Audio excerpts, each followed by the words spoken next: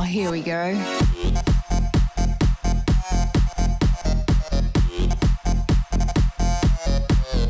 Tits. Welcome back to another video here on the SugarTits channel. Today we're going to be talking about space privilege. And we're not talking about one of the few astronauts who have had the privilege of going up into space. Oh no, we're talking about real, very real, everyday space privilege. And more specifically, everyday white space privilege. Throw in an extra one, everyday white male space privilege. Now speaking of privilege, allow me the privilege of introducing you to a cool new channel. So let me tell you about this great new animated cartoon YouTube channel about finances, economics and investment called Where Is My Money? This is Mr. Tony. He explains complicated stuff about economics using simple language, sardonic humour and character-based storytelling and engaging animation to make this sort of content truly come alive. He shows how economic theory and history are tied to practice of personal finance, challenges common fallacies and brings original insight. In the times when social media constantly feeds you only what you already agree with, Mr. Tony provides a personal voice that can make you think, question and learn. The commentary is very funny and the animations are really cool. Their latest video, Crypto, the world's greatest scam, or not, looks at if and how crypto could be useful in our everyday lives, the common mistakes people make while using it, and how it could possibly improve personal finances. Hop on over and go check it out for yourself. Just click the link in the description below. And now I don't really get this whole white space privilege rubbish to begin with. And maybe you're going to say, well, of course you don't get it. You don't have the life experiences as living as a less privileged class of person. See, you're a mixed mutt. And unfortunately, half of you is white. So your half whiteness is having an internal struggle with your other half, which is Asian. You're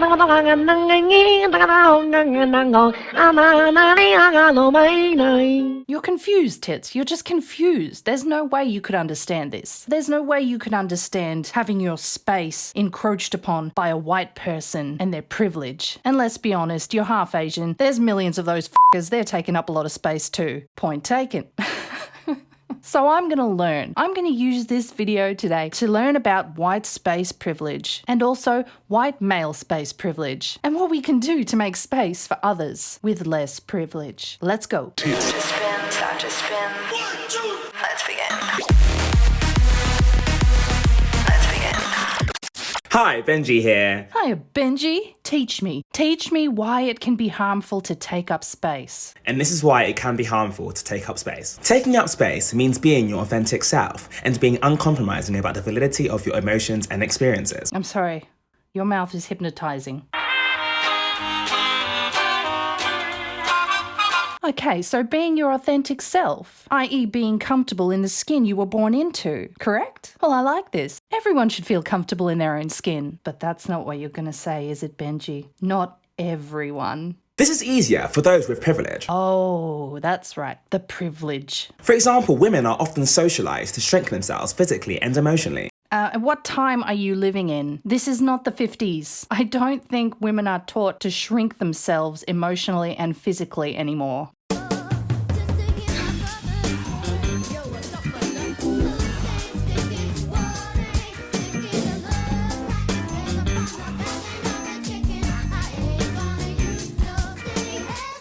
Women are some of the most loud, obnoxious, noise space taking up, opinionated people that there are. While many men feel they can speak over women and do that obnoxious leg spread thing when sat on trains. Oh, okay, come on. Not the man spreading crap again. I have no problem with a man spreading his legs in public when he's sitting down resting somewhere. They're called balls and they like to breathe. Let the balls breathe, Benji. Let the balls breathe. That's why safe spaces are important for groups that lack privilege. Areas just for them to be authentically themselves without having to fight for room. Areas just for them so they can be authentically themselves without having to fight for room. And they have these. Or they used to have these. Ladies' gyms. Ladies' bathrooms? But things are changing quickly, aren't they? It's therefore harmful when people with privilege take up space in these safe spaces. Oh, okay, but it's the privilege factor thing. So if you're someone who is classed as not having a lot of privilege. It's okay for you to invade someone else's space who have more privilege than you and take up space. This whole thing is bloody confusing. For example, white people using things meant for people of colour. White people using things meant for people of colour? What does that mean? Like going to a black hairdresser's or something? Is this really a problem? I'd like to think that if you're running a business, you would have better sense than to turn away potential customers because they weren't the right ethnic background. That's just stupid. Or cis straight people going to LGBTQIA+ venues uninvited. Oh, or straight people going to LGBTQIA+ venues and events uninvited. We would be cancelling a lot of pride events, wouldn't we? Actually, that one's good. Can we do that one except for kids? Let's do that one. This further limits the space of people who are already outsiders, when we should uplift the value of one another by allowing everyone their space. Hope that helps. Bye. Yeah, it's kind of stupid, but I've learned some things, Benji. Thank you for the clarification. Let's see what else we've got. We've talked before about white women taking up space, especially on the sidewalk. No. White woman taking up space on the sidewalk? I don't do that. Does anyone else do that? I'm always dodging around people. But lately I've been noticing how we take up sound space. Now the sound space thing, I can understand that one. Women are loud bitches, and especially a group of women are loud bitches. That I can agree with. But I don't quite see how the white thing makes it worse. Now, as I mentioned before, I have a mixed background, half white, half Asian. Now, my mum was on the Asian side, and every time she had her Asian girlfriends around and they got into the drink, it got loud, really loud, like a bunch of drunk Asian witches cackling. Loud.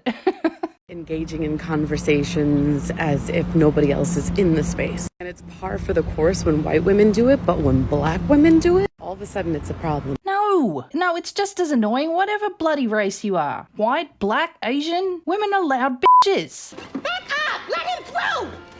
No. Don't go in there! No.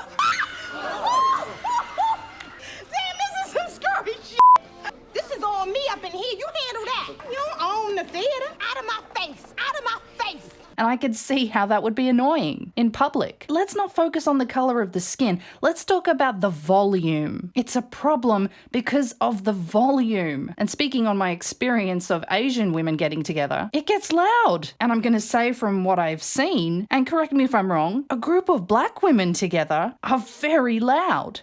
White women's sense of entitlement is so far-reaching. It's our responsibility to constantly check one another. White women's sense of privilege is so far-reaching, we constantly have to check one another. Oh, that's depressing. No, you don't. You don't have to check one another. You don't have to tell the white woman next to you to check her privilege. Mind your own business. You're living in some crazy guilt-ridden reality for being white. It's crazy. Okay, so what we're seeing here is a young white girl in an Uber singing very loudly, and the Uber driver has politely asked her to stop singing, and she does. Let's see how we can make this into a white privilege thing. I'm sorry, can you please be quiet? She's singing like that in an Uber. This is what we be talking about when we be saying that white people take up so much space. White people take up so much space. She's singing in an Uber, and this is a white privilege problem. Because no black woman in history has ever sang in a taxi or on public transport. No. This is a white thing. And if you're white and you're doing this in public, you have a problem. You are exercising your privilege. Oh, and by the way, your nose rings are taking up too much space. And that's your nose ring privilege. And it's gross. In ways that they just clearly never think about. Y'all are constantly rewarded for your mediocrity. Wow. And then you grow deeply entitled as a result to everybody's time and patience and environment. Y'all are not used to other people taking up that same space, actually defending their place to be in said space. White people are so privileged, they just don't even think about shrinking themselves in spaces because they don't have to, and that's a problem. The only thing I agree with is that yes, you should be more considerate about other people around you in public spaces, but when this becomes a privilege thing, that's where you lose me. Everyone, no matter what colour you are, should be considerate of other people in public spaces, especially morbidly obese, fat people on planes. Look how shocked she looks when this Uber driver tells her to be quiet. The presence of whiteness in a space is not a blessing, and I really need y'all to get out of that mentality. The presence of whiteness in a space is not a blessing? What does that even mean? Like, even if she had the voice of Gabriel the angel, you need to ask permission because there's an entire other human being in that car with you. They are not invisible. Yes, that's just in general being a polite person and being considerate of other people in your space. It has nothing to do with the fact that she's white. Good on you, Uber driver, for defending your space. Keep telling these white people to shut up. Okay, I would laugh my ass off if that Uber driver is white. You go, white Uber driver. Defend your white Uber space from this young white woman with privilege, with singing privilege. Ridiculous. Are y'all aware that y'all often take up space with disregard for the people of color around you? Are y'all aware that y'all white people are taking up the space of colored people with no consideration for them? Are y'all aware of that? They really just think so little of white people. They really just make race and racism such a big issue when sometimes or most of the times there is no issue. You're pointing it out, blowing it up onto a giant ass billboard on Times Square so that everyone has to stop and take notice and look at it and think about racism where it wasn't even an issue to begin with. And then what does that do? Suddenly the white person who has no problem with people of different color skin than him, all of a sudden you're telling him he should feel like shit, he should feel bad because he's the color he is and should be more sympathetic towards the issue of racism, when clearly, and you need to hold a mirror up to yourself, you're the racist one. If there's any confusion, I can give you guys an example. I'm from New York City. Sometimes a sidewalk is narrow to the point where there's only enough room for two modes of traffic, one going and one coming. Oh, here we go. It's the sidewalk thing again. But that has never stopped white people from walking side by side and holding hands. Oh, now white people can't hold hands. A white couple can't stand side by side and hold hands. You don't like anything, do you? You don't like anything that's got a white sticker on it. White privilege, white love, white babies. It just bothers the hell out of you, doesn't it? Here's the thing.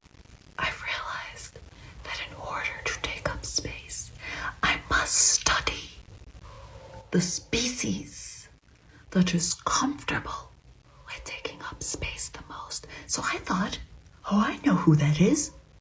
The white male. Alright, that's all for this video. This has been an education into white male space privilege. And you need to think about what you are doing. You need to check your skin color, go put on some fake tan, but not too much because then you'll be appropriating a lesser privileged culture. And we don't want that. Any way you look at it, you're screwed. Thanks for watching, everyone. Remember to go check me out on BitChute, Rumble, Odyssey, and Twitter. I am SugarTits. I love having you here. And thanks for watching. Tits out, everyone.